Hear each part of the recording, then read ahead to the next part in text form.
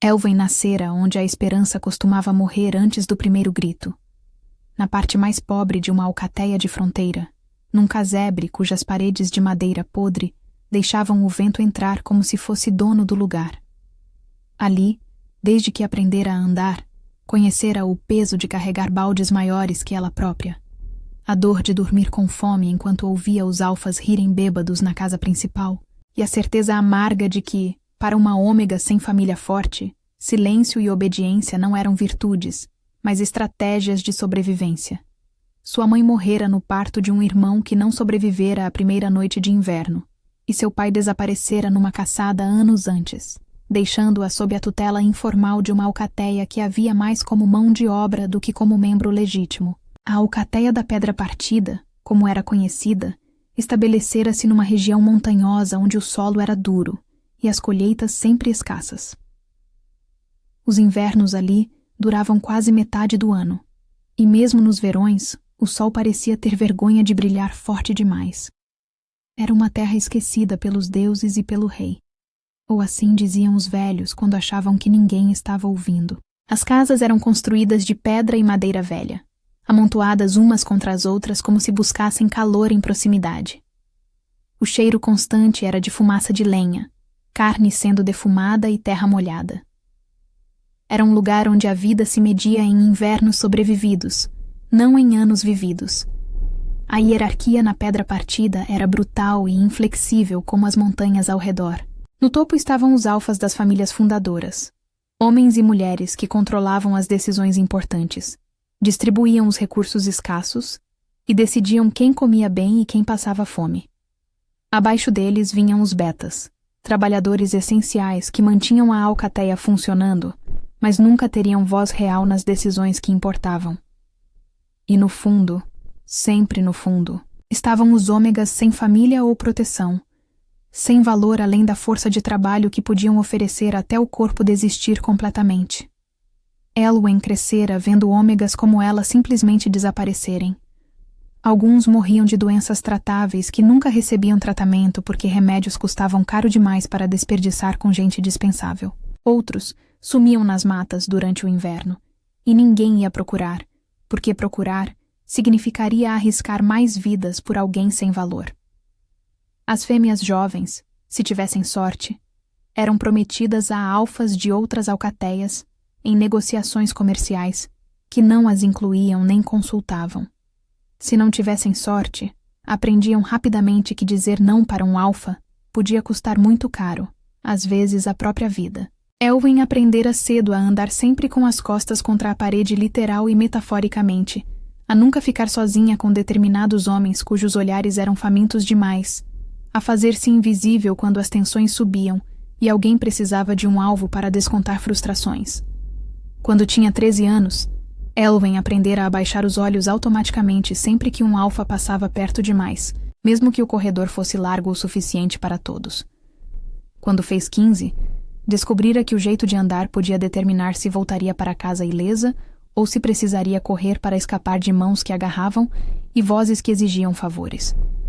Aos 17, já sabia profundamente que o mundo não fora feito para gente como ela, mas que ainda assim era preciso continuar respirando, levantando antes do sol nascer, trabalhando até as mãos sangrarem e a coluna doer, porque a alternativa de desistir era muito pior. Ela lavava roupas no rio gelado, mesmo quando a água congelava nas bordas, e cortava a pele como lâminas invisíveis, mergulhando as mãos até perderem completamente a sensibilidade e ficarem vermelhas de frio. Colhia raízes nas matas próximas durante todas as estações, conhecia cada planta comestível e cada uma venenosa. Sabia exatamente onde os cogumelos cresciam depois da chuva e quais poderiam ser comidos sem risco de morte. Ajudava a limpar as carcaças dos animais caçados, um trabalho sujo e sangrento que ninguém queria fazer, mas que precisava ser feito para aproveitar cada pedaço de carne. E sempre, sem exceção, era a última a comer na fila de distribuição. Nos dias em que sobrava pouco depois que todos se serviam, simplesmente não comia, e ninguém perguntava se ela estava bem ou se conseguiria trabalhar no dia seguinte com o estômago vazio. Ninguém nunca perguntava por que ômegas como ela não eram consideradas importantes o suficiente para preocupação. Havia uma velha beta na alcateia, uma mulher chamada Mira, que cuidava dos doentes quando tinha ervas disponíveis e conhecimento suficiente. Mira fora gentil com Elwen quando a mãe dela morreu naquele parto terrível.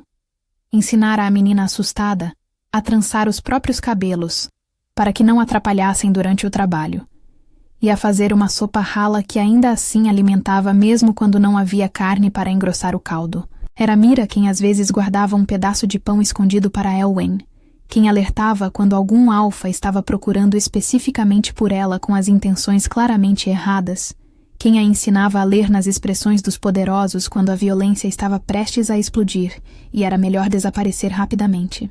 Mira dizia que o segredo para sobreviver como ômega sem proteção era desenvolver um sexto sentido aguçado para o perigo, saber exatamente quando se curvar e aceitar humilhações e quando correr para salvar a vida, quando falar e quando engolir as palavras junto com o orgulho até sentir o gosto amargo na garganta.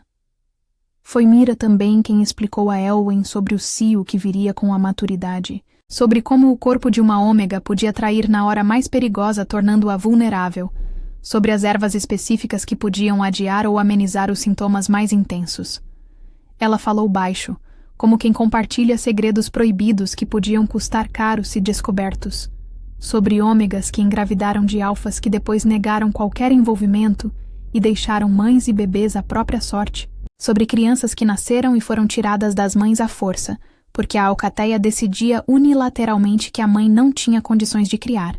Falou sobre meninas que tentaram fugir dessa vida e foram trazidas de volta acorrentadas, punidas publicamente na praça central para servir de exemplo aterrorizante para outras que tivessem a mesma ideia. E falou, com os olhos molhados de lágrimas antigas, sobre sua própria filha, que desaparecera 15 anos antes, depois de rejeitar as investidas violentas de um alfa importante e influente.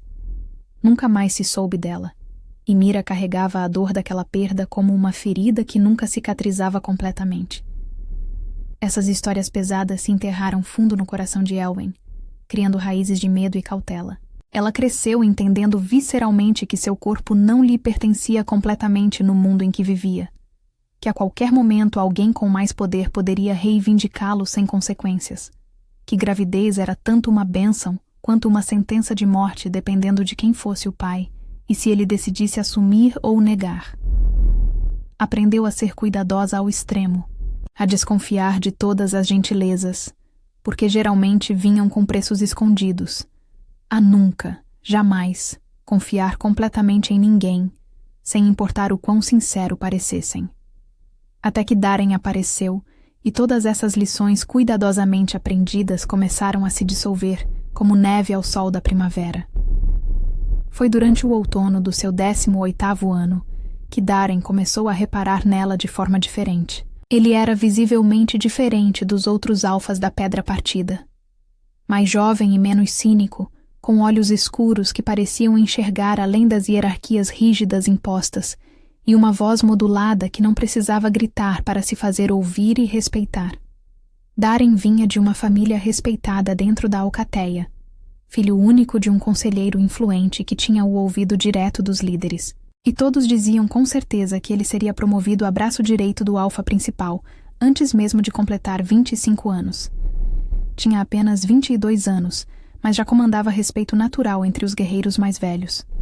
Ele treinava diariamente com os melhores lutadores disponíveis, participava das caçadas mais importantes e perigosas, e quando falava nas reuniões públicas da alcateia, as pessoas naturalmente prestavam atenção séria.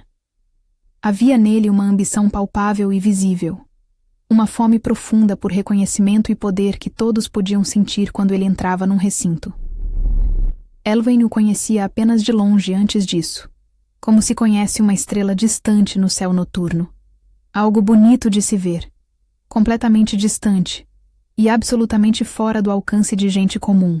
Ela o vira muitas vezes cruzando a praça central da aldeia, sempre cercado por outros alfas jovens ambiciosos, sempre rindo daquela forma confiante e despreocupada de quem nunca precisou duvidar um segundo sequer do próprio lugar garantido no mundo.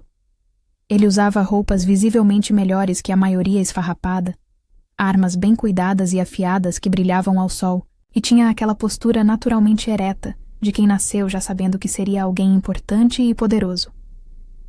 Nunca olhara na direção dela especificamente antes, ou assim Elwyn pensava com certeza.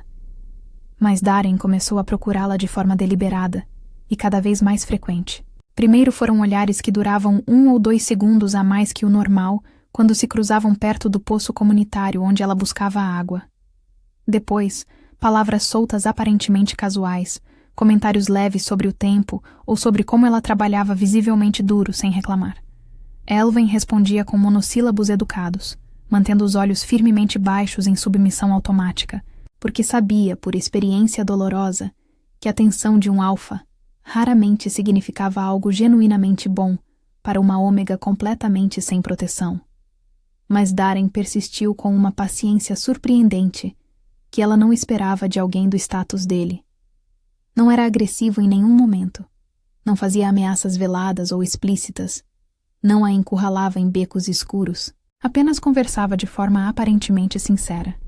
Perguntava como ela estava se sentindo, se precisava de algo específico, se o trabalho pesado não era demais para alguém do tamanho dela. Até que uma noite fria de outubro, ele apareceu inesperadamente na porta precária do casebre dela com um pedaço generoso de carne fresca, embrulhado cuidadosamente em pano limpo. Disse com tom casual que sobrara da caçada daquele dia e que seria desperdício criminoso jogar fora comida boa. Elwyn sabia perfeitamente que aquilo era mentira transparente e óbvia. Absolutamente nada sobrava das caçadas na Pedra Partida, onde a fome era constante. Cada pedaço minúsculo de carne era meticulosamente contado, cuidadosamente pesado, e distribuído segundo a hierarquia social absolutamente rígida. Para Darren ter aquela quantidade nas mãos, ele precisara necessariamente abrir mão da própria porção valiosa ou negociar algo de valor significativo com outro caçador. E ele estava ali, oferecendo tudo isso a ela sem pedir nada em troca imediato. O gesto a deixou completamente sem palavras úteis. Ela aceitou porque a fome constante dói infinitamente mais que qualquer orgulho ferido. Mas também porque, pela primeira vez na vida, alguém parecia vê-la genuinamente como uma pessoa real que merecia mais do que apenas sobras podres. A partir dali, os encontros secretos se tornaram cada vez mais frequentes e regulares. Sempre às escondidas nas sombras, sempre estrategicamente longe dos olhos atentos e fofoqueiros da alcateia inteira. Darren a levava para um lugar específico escondido na mata densa, um ponto isolado entre pedras antigas completamente cobertas de musgo verde, onde a água constante de um riacho pequeno criava um som natural que abafava eficientemente conversas sussurradas. Ali, completamente longe de todos os olhares julgadores, ele falava apaixonadamente de um futuro radicalmente diferente. Dizia com convicção que quando finalmente chegasse ao poder real, mudaria fundamentalmente as coisas, tornaria a alcateia genuinamente mais justa para todos, protegeria adequadamente os mais fracos ao invés de explorá-los. Falava com paixão visível nos olhos brilhando intensamente, e Elwyn queria desesperadamente acreditar em cada palavra. Queria acreditar que alguém como ele, alguém com poder político real e futuro garantido, podia se importar genuinamente com gente como ela que não tinha absolutamente nada.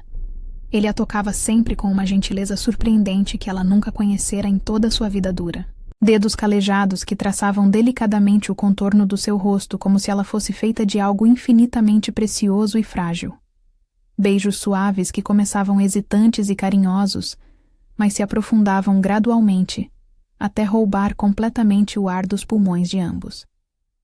Palavras íntimas murmuradas baixinho no escuro sobre como ela era genuinamente especial e única, completamente diferente de todas as outras, sobre como ele via nela algo profundo e valioso que os outros cegos não conseguiam enxergar minimamente. Elwyn se entregava completamente àqueles momentos roubados, como quem se agarra desesperadamente a um pedaço frágil de madeira no meio de um rio violento que arrasta tudo. A solidão esmagadora que carregara solitariamente por tanto tempo, a certeza absoluta de que morreria eventualmente sem nunca ter sido genuinamente importante para alguém, tudo isso começava a se dissolver rapidamente nos braços protetores de Darren. Ela sabia racionalmente que aquilo era extremamente perigoso e potencialmente destrutivo. Mira a alertar especificamente sobre exatamente esse tipo de situação clássica. Alfas poderosos que faziam promessas lindas e convincentes na escuridão segura, mas que desapareciam covardemente quando a luz cruel do dia revelava as consequências reais e custosas. Mas Elwyn tinha apenas 18 anos de idade. Estava profundamente cansada de ter medo constante de tudo, exausta de apenas sobreviver mecanicamente sem nunca realmente viver plenamente. E Darren parecia sincero demais e apaixonado demais para estar deliberadamente mentindo para ela. Ele olhava diretamente nos olhos dela sem desviar e jurava solenemente que se algo desse terrivelmente errado, a protegeria com tudo que tinha. Dizia com convicção que nunca a abandonaria independente do que acontecesse. E ela, tão desesperadamente faminta por acreditar que alguém poderoso podia genuinamente amá-la, escolheu conscientemente confiar contra todos os instintos de sobrevivência. Os meses seguintes passaram numa espécie de bolha ilusória suspensa completamente da realidade dura. Elwyn trabalhava exaustivamente durante todo o dia, carregando o cansaço extremo no corpo quebrado, mas simultaneamente leveza inesperada no coração, porque sabia com certeza que à noite encontraria Darren esperando. Eles se viam sempre que remotamente possível, roubando horas preciosas da escuridão protetora, criando cuidadosamente um mundo próprio e privado, onde hierarquias sociais cruéis não importavam absolutamente nada. Ele contava detalhes sobre as reuniões secretas do Conselho de Líderes, sobre as decisões políticas complexas sendo tomadas, sobre os planos ambiciosos de expansão territorial da Alcateia. Ela falava abertamente sobre as pequenas crueldades cotidianas do dia a dia, sobre os ômegas vulneráveis que sofriam constantemente em silêncio forçado, sobre como seria radicalmente diferente se alguém poderoso se importasse genuinamente de verdade. E Darren sempre concordava enfaticamente. Segurava a mão dela com firmeza. Prometia repetidamente que quando finalmente chegasse ao poder, tudo mudaria fundamentalmente. Então o inverno mais brutal em décadas chegou com uma fúria devastadora, que absolutamente ninguém esperava ou estava preparado. As primeiras neves pesadas caíram surpreendentemente cedo no início de outubro, cobrindo completamente os campos extensos antes da colheita vital terminar adequadamente. Elwyn lembrava perfeitamente daquela primeira nevasca aterrorizante, porque estava ajudando outros trabalhadores a recolher batatas urgentemente, quando o céu escureceu de repente dramaticamente e começou a cair neve grossa e pesada, que grudava persistentemente em tudo. Os trabalhadores desesperados correram freneticamente para salvar o que puderam da colheita, mas facilmente metade ficou enterrada irremediavelmente. Nos dias seguintes tentaram escavar persistentemente, mas a neve simplesmente não parava de cair incessantemente, e logo ficou completamente impossível sequer saber onde exatamente o campo terminava e onde começava a floresta densa. O frio cortava a pele exposta como lâmina afiada e cruel. As tempestades violentas se seguiam uma imediatamente atrás da outra, sem dar absolutamente nenhuma trégua para a recuperação, como se o próprio inverno estivesse furiosamente com raiva de tudo. Os celeiros que deveriam estar completamente cheios para aguentar os longos meses difíceis tinham miseravelmente apenas metade do esperado e necessário. As rações foram reduzidas drasticamente de forma imediata. Primeiro cortaram severamente a porção já pequena dos ômegas, depois a dos betas trabalhadores. E só quando a situação ficou realmente desesperadora, os próprios alfas começaram finalmente a sentir a mordida dolorosa da fome real. As caçadas começaram a voltar frustrantemente vazias, porque os animais selvagens tinham inteligentemente migrado para regiões mais quentes ou simplesmente morrido congelados, e os caçadores corajosos se arriscavam cada vez mais perigosamente longe, muitas vezes sem retornar vivos. Quando voltavam derrotados, frequentemente traziam corpos completamente congelados de companheiros que não aguentaram o frio mortal. A tensão social crescia exponencialmente a cada dia que passava, como uma corda sendo esticada progressivamente, até o ponto crítico de ruptura total. Brigas violentas estouravam explosivamente por qualquer motivo insignificante. Um olhar interpretado errado, uma porção de comida que parecia marginalmente maior, uma suspeita infundada de roubo. Os líderes autoritários se reuniam em sessões completamente fechadas que duravam horas tensas, e quando finalmente saíam, os rostos estavam invariavelmente sombrios e preocupados. Os olhares carregados passaram a pesar julgadores sobre quem comia aparentemente demais, quem trabalhava visivelmente de menos, quem poderia ser facilmente dispensável. Começaram a circular rumores perturbadores sobre expulsões iminentes, sobre decisões extremamente difíceis que precisariam inevitavelmente ser tomadas, sobre sacrifícios considerados necessários para que a maioria tivesse alguma chance de sobreviver ao inverno. Foi exatamente nesse cenário apocalíptico de desespero crescente que Elwen descobriu aterrorizada que estava definitivamente grávida. Primeiro foi a ausência completamente incomum da menstruação, que ela tentou desesperadamente atribuir ao estresse psicológico extremo, e à desnutrição severa progressiva. Depois vieram os enjoos matinais absolutamente debilitantes, tão intensos e violentos que ela vomitava repetidamente, até não sobrar absolutamente nada no estômago vazio. A sensibilidade dolorosa nos seios inchados, o cansaço completamente esmagador que a derrubava no meio do dia, a forma como certos cheiros antes normais a deixavam instantaneamente nauseada. Todos os sinais clássicos apontavam inexoravelmente para a mesma verdade assustadora que ela tentava desesperadamente negar, mas que se tornava mais óbvia a cada dia que passava. Ela procurou Darren numa noite especialmente gelada de dezembro, tremendo violentamente mais de medo paralisante do que de frio penetrante, e finalmente contou a ele a verdade terrível. Esperava sinceramente que ele cumprisse fielmente a promessa solene, que a levasse imediatamente para dentro da casa principal protegida, que assumisse corajosamente e publicamente o relacionamento e a criança que carregava, que a protegesse adequadamente como jurara repetidamente fazer. Mas quando as palavras finalmente saíram da boca dela com dificuldade, quando ela conseguiu dizer claramente, "Estou grávida do seu filho", viu o rosto de Darren mudar completamente e dramaticamente. A cor natural fugiu rapidamente das bochechas dele. Os olhos escuros se arregalaram em pânico absolutamente puro e visível. Ele olhou nervosamente para todos os lados como se alguém pudesse estar escutando escondido sorrateiramente nas sombras profundas. E então, com a voz subitamente baixa e extremamente tensa, disse que precisavam urgentemente ter muito cuidado.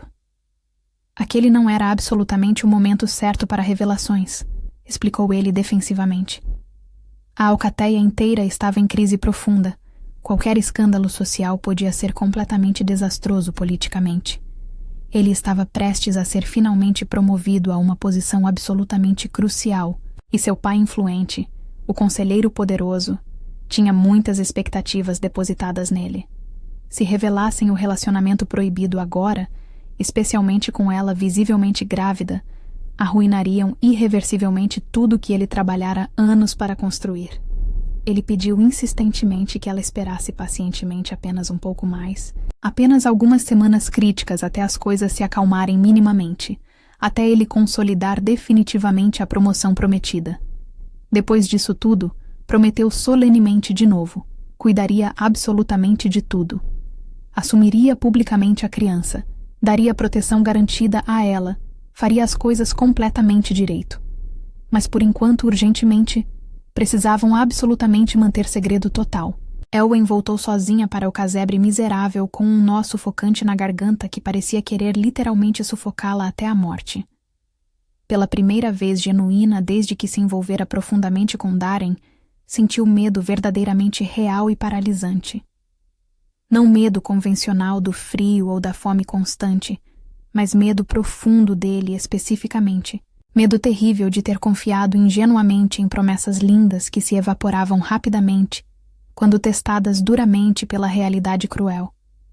Deitou no colchão extremamente fino que mal a separava do chão gelado de terra, e chorou silenciosamente e solitariamente, porque gritar alto poderia fazer os vizinhos próximos virem investigar ver o que estava acontecendo, e ela simplesmente não tinha forças emocionais restantes para explicar que estava literalmente partindo ao meio internamente. 2 semanas longas depois, numa manhã particularmente cinzenta em que a neve caía persistentemente fina como pó irritante, Alguém oportunista denunciou publicamente que Elwen havia deliberadamente furtado mantimentos valiosos do depósito comunitário protegido. A acusação grave veio especificamente de uma das servas veteranas da casa principal, uma mulher mais velha e amarga chamada Hilda, que sempre tratara Elwen com desprezo mal disfarçado e hostilidade aberta. Segundo Hilda, que jurava solenemente, ela vira pessoalmente Elwen saindo furtivamente do depósito tarde da noite 2 dias antes, carregando algo volumoso escondido cuidadosamente sob o manto surrado. Outros testemunhos convenientes apareceram rapidamente como mágica, todos estrategicamente vagos, todos extremamente convenientes para a narrativa. Um homem oportunista disse que tinha supostamente visto sacos rasgados misteriosamente perto do casebre específico de Elwen.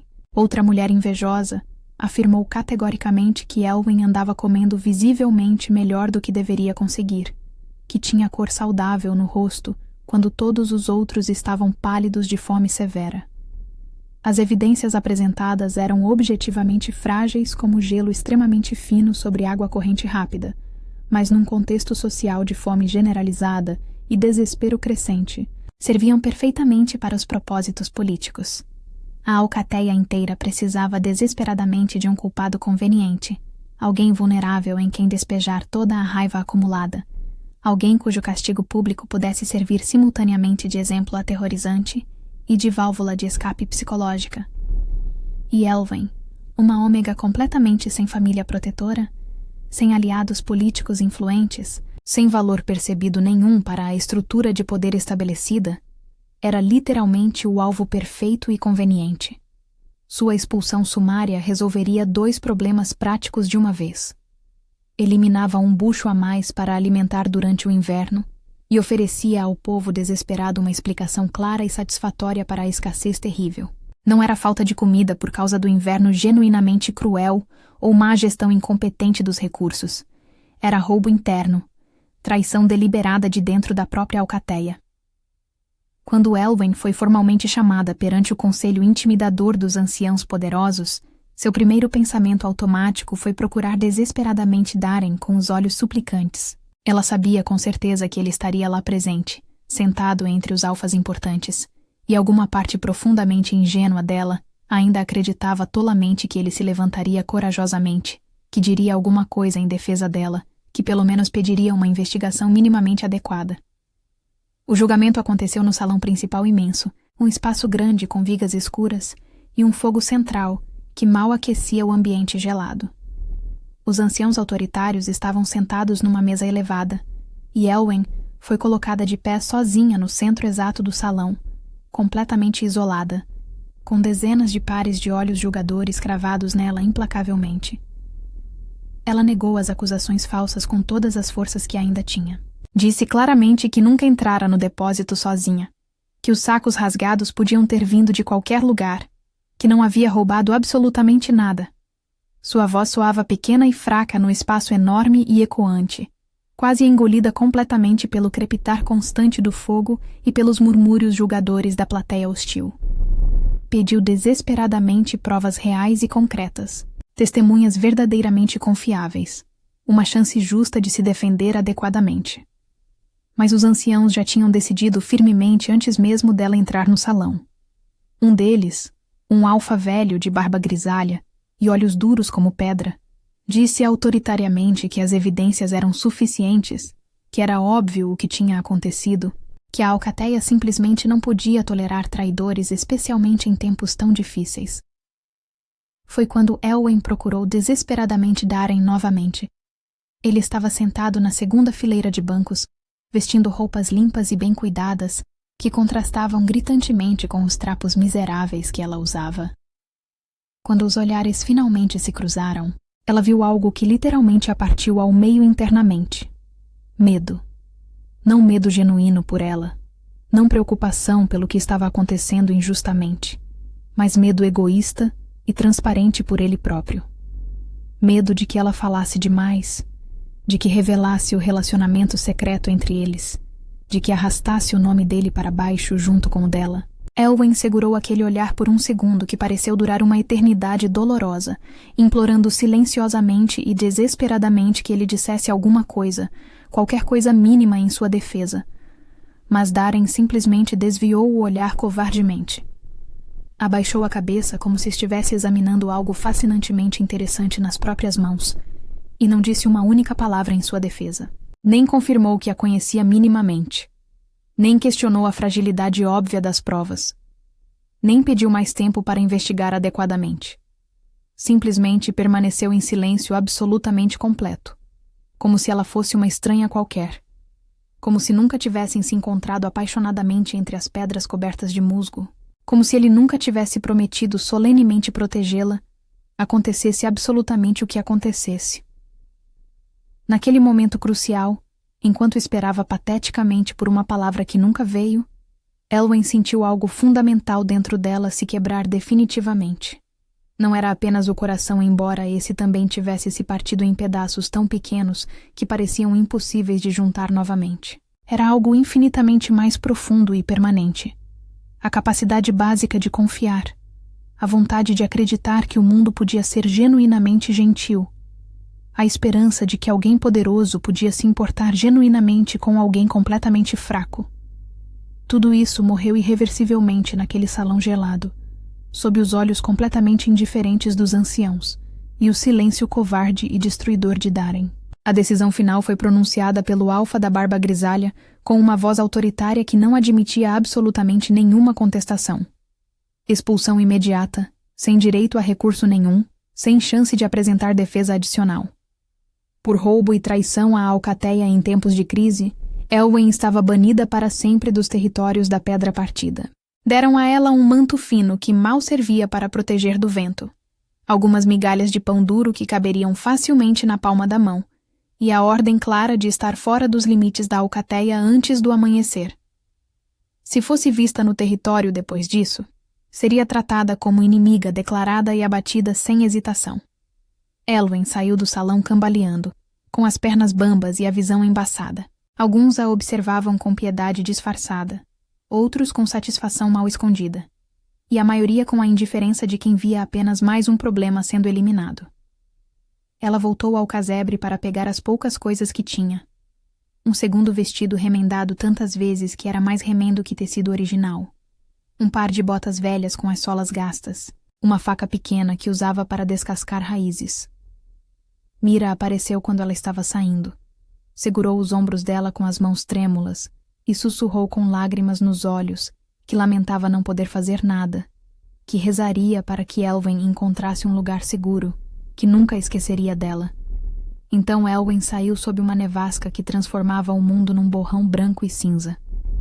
Era já madrugada, e a escuridão era absoluta, exceto pelo reflexo fraco da neve que cobria tudo. O vento uivava com tanta força que ela mal conseguia se manter de pé, empurrando-a para trás como se a própria natureza quisesse que ela ficasse e morresse ali. O frio entrava pelos ossos de um jeito que parecia impossível, cortando através do manto fino, congelando os dedos até perderem a sensibilidade, queimando os pulmões a cada respiração. A cada passo que dava se afastando da Pedra Partida, Elwyn sentia o corpo pesar mais. As botas velhas afundavam na neve até os tornozelos, e cada passo exigia um esforço que drenava forças que ela não tinha. Não chorou, porque as lágrimas congelariam no rosto antes de cair, e já tinha congelamento suficiente ameaçando seus dedos. Apenas andou, colocando um pé na frente do outro em alguma direção que parecia menos mortal que as outras, sem saber para onde ir, sem ter para onde voltar, sem nenhum plano além de sobreviver aos próximos 5 minutos. A barriga ainda não mostrava visivelmente, mas ela sabia que ali dentro crescia a única coisa que verdadeiramente lhe pertencia. A criança de Darren, o bebê que ele escolhera negar covardemente, a vida que ela decidira manter contra todas as probabilidades razoáveis. Pensou em desistir tantas vezes naquela primeira noite. Pensou em se deitar na neve e deixar o frio levar tudo embora, acabar com a dor e a humilhação e o medo de uma vez por todas. Seria fácil, diziam os viajantes, morrer congelado. Primeiro viria o frio terrível, depois uma dormência quase agradável, e então o sono do qual nunca se acorda. Seria melhor que aquilo. Mas alguma coisa teimosa dentro dela se recusava a morrer daquele jeito. Talvez fosse orgulho puro. Ela não daria a Darren a satisfação de saber que ele a destruíra completamente. Talvez fosse raiva. Se o mundo era injusto assim, se alfas podiam destruir vidas sem consequências, ela pelo menos continuaria viva só para ser uma pedra no sapato do universo. Ou talvez fosse a criança, uma presença minúscula mas insistente que parecia dizer: continua, mãe, continua andando. Por qualquer que fosse a razão, Elwen andou a noite toda até o sol nascer fraco e cinzento, e quando encontrou um celeiro abandonado meio desmoronado, se arrastou para dentro e desmaiou sobre feno podre. As semanas que se seguiram foram um borrão de vilarejos pobres, estradas lamacentas e portas fechadas na cara. Elwen aprendeu rapidamente as regras da sobrevivência quando se está completamente sozinha. Nunca dormir no mesmo lugar 2 noites seguidas, nunca confiar em gentilezas que pareciam boas demais para ser verdade, sempre ter uma rota de fuga planejada. Ela bateu em dezenas de casas pedindo trabalho, oferecendo-se para qualquer coisa que precisasse ser feito. Lavar roupas, carregar água, limpar estábulos, colher campos, cozinhar, costurar, o que fosse. Mas a resposta era quase sempre a mesma. Não havia comida sobrando, não havia lugar para estranhos, era melhor seguir em frente. O inverno tinha transformado todo mundo em guardião ciumento dos próprios recursos. Alguns a olhavam com piedade genuína, mas ainda fechavam a porta porque tinham bocas demais para alimentar já. Outros com desconfiança óbvia, vendo nela uma potencial ladra, ou pior. E os piores olhavam com um tipo de interesse que fazia o estômago de Elwen revirar, olhos que percorriam seu corpo magro como se avaliassem mercadoria, vozes que sugeriam que talvez houvesse outros tipos de trabalho que ela pudesse fazer. Ela aprendeu a reconhecer esse último olhar de longe e a correr antes que as propostas viessem. Houve um comerciante numa vila pequena que ofereceu comida e abrigo em troca de companhia. Disse que ela era bonita, apesar da sujeira, que poderia ficar confortável na casa dele se apenas fosse razoável. Elwen cuspiu no chão e saiu, voltando para a estrada mesmo sabendo que não tinha comido nada consistente em 3 dias. Houve um fazendeiro que a deixou dormir no estábulo, mas apareceu no meio da noite tentando entrar, dizendo que um favor merecia outro. Ela o ameaçou com a faca pequena e fugiu antes do amanhecer, correndo descalça na neve porque as botas estavam secando perto do fogo que teve que abandonar. Elwen dormia escondida em celeiros abandonados quando encontrava algum, debaixo de pontes quando não tinha outra opção, em cavernas rasas quando a sorte aparecia. Comia raízes que arrancava da terra gelada com as próprias mãos sangrando, casca de árvore quando o desespero apertava muito, neve derretida para matar a sede quando não havia riachos. Havia dias em que ela conseguia um trabalho rápido, meia hora carregando lenha ou ajudando a consertar uma cerca, e ganhava um pedaço de pão duro ou algumas batatas pequenas. Esses dias eram festas. Havia outros em que não encontrava nada e o estômago doía tanto que ela desejava poder arrancá-lo e jogar fora. A barriga começou a crescer devagar, mas crescer. Com o crescimento veio a fraqueza. O corpo de Elwen cobrava o preço da fome constante e do esforço brutal. Ela desmaiava às vezes no meio da estrada e acordava horas depois, gelada e confusa, sem saber como ainda estava viva. Notou que começava a ter contrações fracas que a assustavam porque era cedo demais. A criança não podia vir ainda. Sangrou um pouco uma vez e passou 2 dias apavorada pensando que perderia o bebê. Mas o sangramento parou e ela continuou andando como sempre. A humilhação da acusação falsa a acompanhava como uma sombra teimosa, que nunca desaparecia completamente. Nos momentos de desespero, quando estava sozinha demais com os próprios pensamentos, Elwen se pegava repassando cada detalhe daquele julgamento ridículo. Via os rostos de cada ancião que a condenara sem pestanejar. Ouvia a voz de Hilda inventando o testemunho. Sentia novamente aquele segundo eterno esperando que Darren dissesse algo. O ressentimento crescia dentro dela, duro e amargo como metal frio. mas ela não tinha tempo ou energia para afogá-lo em autopiedade. Tinha que sobreviver mais um dia. Tinha que manter aquela criança viva, porque se ela morresse agora, Darren continuaria sua vida perfeita sem nem saber que destruíra 2 vidas ao mesmo tempo. E essa ideia, a de que ele ficaria impune, alimentava uma raiva que a mantinha andando quando qualquer outra emoção já teria se esgotado.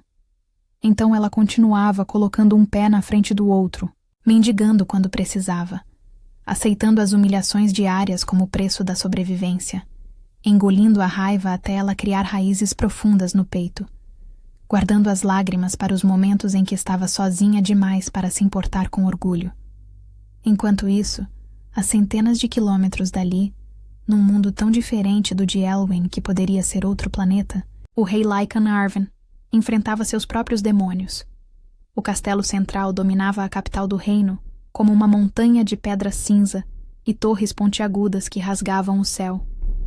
Era uma estrutura antiga, construída séculos antes por reis, cuja memória já se perdera em lendas, um lugar de corredores intermináveis, salões imensos com tetos tão altos que engoliam as vozes, e segredos enterrados em paredes grossas demais para ouvir gritos. Arwen, com seus 32 anos, ocupava o trono há quase uma década desde a morte súbita do pai numa caçada que nunca fora adequadamente explicada. Ele crescera preparado para governar, educado pelos melhores tutores, treinado nas melhores armas, ensinado a projetar autoridade mesmo quando não sentia confiança alguma. Era um homem alto, de ombros largos e olhos escuros que tinham visto mais batalhas do que gostaria de admitir, com cicatrizes no corpo que contavam histórias que ele preferia esquecer. Usava a barba curta e bem aparada, cabelos pretos que começavam a mostrar fios grisalhos nas têmporas, e tinha aquele tipo de presença que fazia as pessoas baixarem a voz quando ele entrava num recinto. Mas ultimamente, sentado na sala do trono cercado por tapeçarias antigas, que contavam vitórias de reis mortos e braseiros imensos que mal aqueciam o espaço cavernoso, Arwen se sentia cada vez mais como um impostor. Os relatórios chegavam de todas as partes do território numa avalanche constante de pergaminhos lacrados com cera. Pequenos clãs de fronteira reclamavam de tributos abusivos, mulheres escreviam sobre maridos mortos de fome, líderes de vilas mandavam pedidos desesperados por redução de impostos, ou ao menos por mais tempo para pagar. Alguns relatórios vinham manchados de sangue ou lágrimas, outros eram tão formais que pareciam não descrever sofrimento real, mas apenas números numa coluna. E todos esses relatórios passavam primeiro pelas mãos de Lord Kyle antes de chegarem ao rei. Kyle era o conselheiro mais antigo e poderoso da corte, um alfa que havia servido ao pai de Arwen e lutado ao lado do jovem rei em batalhas decisivas que definiram as fronteiras atuais do reino. Tinha cabelos completamente grisalhos penteados para trás, rosto marcado por cicatrizes de guerra que ele usava como medalhas, e uma postura que exalava autoridade natural. Quando Kyle entrava no salão do conselho, os outros nobres se endireitavam automaticamente. Quando falava, todos escutavam, e quando sugeria algo, raramente alguém ousava discordar abertamente. As sugestões de Kyle eram sempre as mesmas: aumentar a vigilância nos territórios problemáticos, punir com mais rigor qualquer sinal de rebelião ou desrespeito, concentrar o poder militar em pontos estratégicos sob comando de pessoas leais a ele, eliminar líderes locais que se mostravam incompetentes em manter a ordem. Segundo ele, o povo estava ficando preguiçoso, acostumado demais com benevolência, interpretando gentileza como fraqueza. A fome que se espalhava não era culpa das políticas do reino, argumentava, mas resultado de má gestão local, líderes corruptos que roubavam recursos e uma falta generalizada de disciplina nas alcateias menores. Arwen queria acreditar porque confiar em Kyle era mais fácil do que questionar tudo. O homem tinha salvado a vida dele em batalha mais de uma vez. Tinha consolidado alianças cruciais quando o jovem rei ainda era inexperiente demais para navegar as águas traiçoeiras da política licana. Era visto como pilar de estabilidade, a rocha sobre a qual o reino se apoiava. Mas boatos chegavam aos ouvidos de Arwen por canais mais discretos, sussurros que vinham de servos e comerciantes que não tinham medo de falar, porque achavam que o rei não estava escutando. Diziam que o próprio Arwen, era visto como tirano nas fronteiras, que suas ordens eram distorcidas pelos intermediários até se tornarem irreconhecíveis, que as pessoas morriam de fome enquanto tributos enchiam cofres, que ele nem sabia onde estavam localizados. Um dia, Arwen decidiu testar uma teoria. Mandou chamar registros completos dos tributos arrecadados nos últimos 5 anos e dos gastos declarados para a manutenção das regiões de fronteira. Ficou 3 noites seguidas revisando números com escribas de confiança, cruzando valores, procurando padrões. O que encontrou o deixou gelado. Enormes quantidades de recursos que supostamente tinham sido enviadas para fortalecer defesas em regiões vulneráveis simplesmente desapareciam dos registros depois de certo ponto. Os valores declarados não batiam com os valores recebidos. Alcateias inteiras reportavam tributos 15% maiores do que o que os registros centrais mostravam como tendo sido pago, sugerindo que alguém no meio do caminho estava ficando com a diferença. Quando questionou Kael sobre as discrepâncias, o conselheiro tinha respostas prontas. Ineficiência administrativa, escribas incompetentes, ladrões de estrada que roubavam carregamentos, alcateias que mentiam sobre quanto pagavam para parecerem mais leais do que realmente eram. Tudo explicações razoáveis, impossíveis de refutar completamente, mas que deixavam um gosto ruim na boca. Arwen começou a prestar mais atenção nas reuniões do conselho, a fazer perguntas mais específicas, a pedir detalhamentos que antes aceitava sem questionamento. E notou como Kael ficava levemente tenso quando pressionado, como desviava a conversa com habilidade, como sempre tinha um nobre aliado pronto para mudar de assunto no momento certo. Foi então que Arwen tomou uma decisão que Kael considerou completamente insana: viajar incógnito pelos territórios mais afetados pelas crises. Queria ver com os próprios olhos se os decretos que assinava estavam sendo aplicados com justiça ou se eram deformados em algo monstruoso por aqueles que deveriam representá-lo. Anunciou a decisão numa reunião restrita do conselho, e a reação foi imediata. Kael tentou dissuadi-lo com argumentos que pareciam sensatos. O trono ficaria vulnerável com o rei ausente. Havia riscos demais de assassinato ou sequestro. Um rei não deveria se rebaixar a andar entre plebeus como mendigo. A imagem da coroa exigia certa distância e majestade. Outros nobres apoiaram Kael em coro, alguns por lealdade genuína ao conselheiro, outros porque realmente acreditavam que era arriscado demais. Mas Arwen percebeu algo nas expressões. Não era tanto preocupação com sua segurança, mas nervosismo sobre o que ele poderia descobrir. Decidiu então que faria a viagem exatamente porque estavam tentando impedi-lo. Escolheu 6 guardas que tinham estado com ele desde antes de ser rei, homens que deviam lealdade a ele pessoalmente e não às redes de influência da corte. Vestiriam-se como mercenários comuns, viajariam leves e rápidos, e Arwen usaria um nome falso. Para todos os efeitos, o rei estaria recluso no castelo tratando de assuntos urgentes de estado. A jornada revelou um reino que Arwen não reconhecia. Ele viu vilas onde crianças tinham barrigas inchadas de desnutrição, olhos grandes demais em cabeças pequenas. Viu velhos sentados em frente a casas caindo aos pedaços porque não havia lenha. Viu campos abandonados onde deveria haver plantações. Viu soldados usando seu nome para extorquir, cobradores espancando velhos, líderes locais que se curvavam de medo quando ele perguntava sobre ordens da capital. E em cada lugar, o nome de Kael aparecia como fonte das ordens mais cruéis. Foi numa vila pequena, onde a taverna era um casebre com mesas tortas, que Arwen viu Elwen. Ela apareceu na porta, hesitante, com manto rasgado e olhos fundos. Esperou os outros clientes saírem, depois pediu ao dono sobras de comida. Ele ia recusar, mas hesitou quando ela levou a mão ao ventre. Arwen viu tudo: a humilhação, o orgulho ferido, a luta para sobreviver. E quando o vento afastou o manto, viu a cicatriz no pescoço dela, o símbolo da pedra partida. Aquela alcateia fora destruída 3 anos antes. Entre os mortos, estava a ômega prometida a Arwen em casamento político. A destruição enfraquecera toda a fronteira. Ver aquela marca fez o sangue de Arwen gelar. Ela era sobrevivente de uma tragédia que ele nunca esquecera. Ele pagou por uma refeição para Elwyn e cuidadosamente começou a fazer perguntas. Ela contou sobre a expulsão, sobre Darren que a abandonara, sobre a gravidez. Quando mencionou a pedra partida, Arwen ligou os pontos. Ela era testemunha viva de um sistema podre. E o nome de Darren era familiar. Arwen lembrava de assinar uma promoção para ele. Recomendação de Kael, logo após o ataque. Arwen ofereceu levá-la para uma fortaleza onde haveria trabalho. Ela desconfiou, mas aceitou. Durante a viagem contou mais. Invasores que conheciam as rotas, líderes transferidos para posições melhores depois, sobreviventes dispersados. Tudo confirmava que o ataque fora planejado de dentro. Quando voltou ao castelo com Elwyn, Arwen tinha uma hipótese. Kael usava crises fabricadas para consolidar poder, mas precisava de provas.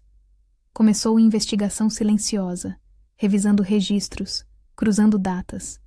Elwyn foi instalada como serva sob proteção do rei. Kael notou e desconfiou.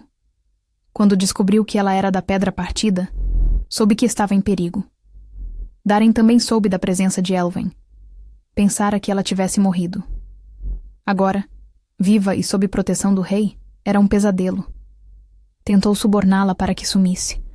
Ela cuspiu na cara dele. A investigação avançava. Os registros mostravam um padrão claro. Alcateias enfraquecidas, aliados de Kael, assumindo poder nessas regiões. A prova veio de arquivo antigo. Correspondência entre Kael e mercenário, descrevendo a pedra partida como empecilho e sugerindo ataque controlado. No confronto formal, Elwyn testemunhou. Darren foi convocado e desmoronou. Kael tentou golpe, mas Arwen estava preparado. O confronto foi brutal. Kael foi derrotado, preso e julgado. Darren perdeu tudo e foi forçado a reconhecer publicamente que abandonara Elwyn. Elwyn transformou-se de vítima em peça-chave. A criança que carregava tornou-se símbolo de novo começo. Arwen reformou o conselho profundamente. Elwyn encontrou lugar no mundo, consultando sobre políticas para vulneráveis. A criança nasceu numa manhã de primavera. Menina de olhos claros. Quando Elwyn a segurou, entendeu que tudo valera a pena. Aquela criança cresceria num mundo diferente, onde verdade importava, onde fracos tinham voz, onde justiça não era privilégio. Assim, a história que começara com Ômega pedindo sobras, terminou com o reino reconhecendo que aquela cena revelara fissuras profundas. A criança tornou-se símbolo de futuro construído sobre verdade, onde fome e medo não serviriam como ferramentas de controle, mas como lembretes do que jamais deveria se repetir. Os meses que se seguiram à queda de Kael foram tempos de transformação profunda e dolorosa para o reino inteiro. Arwen não fingia que tudo podia ser consertado rapidamente com decretos bonitos e promessas vazias. Ele sabia, com a clareza cruel que apenas a culpa genuína traz, que tinha permitido que Kael construísse uma estrutura de opressão tão entranhada no funcionamento do reino que seria necessário desmontar quase tudo e reconstruir desde as fundações. As reformas começaram pela corte, onde vários nobres que haviam se beneficiado do esquema de Kael foram investigados meticulosamente. Alguns foram simplesmente removidos de seus postos e enviados para propriedades rurais onde não poderiam causar dano. Outros, cujas mãos estavam manchadas de sangue tão claramente quanto as de Kael, enfrentaram julgamentos públicos que deixaram a população tanto satisfeita quanto chocada com a extensão da corrupção revelada. O novo conselho que Arwen formou era radicalmente diferente do anterior. Incluía não apenas nobres de linhagens antigas, mas também representantes eleitos de alcateias menores, comerciantes que entendiam as realidades econômicas do povo comum e até mesmo um assento especificamente reservado para vozes de ômegas e outros grupos historicamente marginalizados. Elwyn, embora inicialmente relutante em aceitar tamanho papel público, acabou ocupando exatamente esse assento. Sua presença nas reuniões do conselho causava desconforto visível em alguns nobres mais tradicionais, mas Arwen deixava claro que qualquer desrespeito a ela seria tratado como desrespeito ao próprio rei. Os tributos foram reduzidos drasticamente em todas as regiões de fronteira, E um sistema novo de prestação de contas foi implementado para garantir que o dinheiro arrecadado chegasse aos propósitos declarados. Inspetores independentes, escolhidos por sorteio entre cidadãos comuns para evitar suborno, visitavam regularmente as regiões para verificar se as regras estavam sendo seguidas. As punições para cobradores que extorquissem ou usassem violência desnecessária eram severas e aplicadas publicamente para que todos vissem que as palavras do rei tinham peso real. Darren, despojado de seu posto e de sua reputação cuidadosamente construída, tornou-se um exemplo vivo do que acontecia quando alfas abusavam de poder e abandonavam responsabilidades. Ele foi forçado a pagar compensação financeira para Elwyn pela criança, e embora inicialmente resistisse amargamente, acabou cumprindo quando a alternativa se mostrou ser prisão por abandono criminoso. A filha nasceu forte e saudável, com olhos que lembravam tanto Elwyn quanto Darren, mas cresceria conhecendo apenas uma verdade: que seu pai a negara quando ela mais precisava, e que sua mãe lutara contra o mundo inteiro para mantê-la viva. Arwen nunca desenvolveu sentimentos românticos por Elwyn, e ela nunca esperou ou quis isso.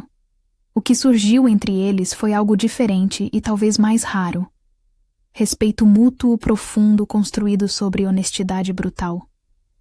Ela o via como o rei que finalmente decidira enxergar além das paredes do castelo, e ele a via como a sobrevivente que se recusara a morrer calada.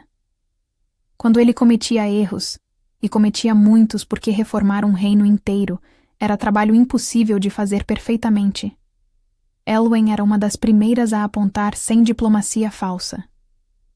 E quando ela duvidava de si mesma, achando que não pertencia àquele mundo de política e poder, Arwen lembrava que sua perspectiva única valia mais que toda a educação formal que os nobres ostentavam.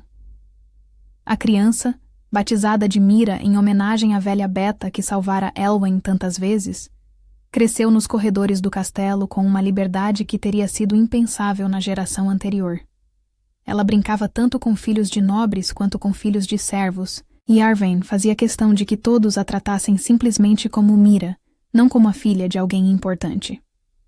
Quando tinha 5 anos, Mira perguntou à mãe por que algumas crianças no castelo comiam em mesas grandes enquanto outras comiam na cozinha. Elwyn respondeu honestamente que o mundo ainda não era justo, mas que estavam trabalhando para mudá-lo, e que talvez quando Mira crescesse, ela pudesse ajudar a terminar esse trabalho.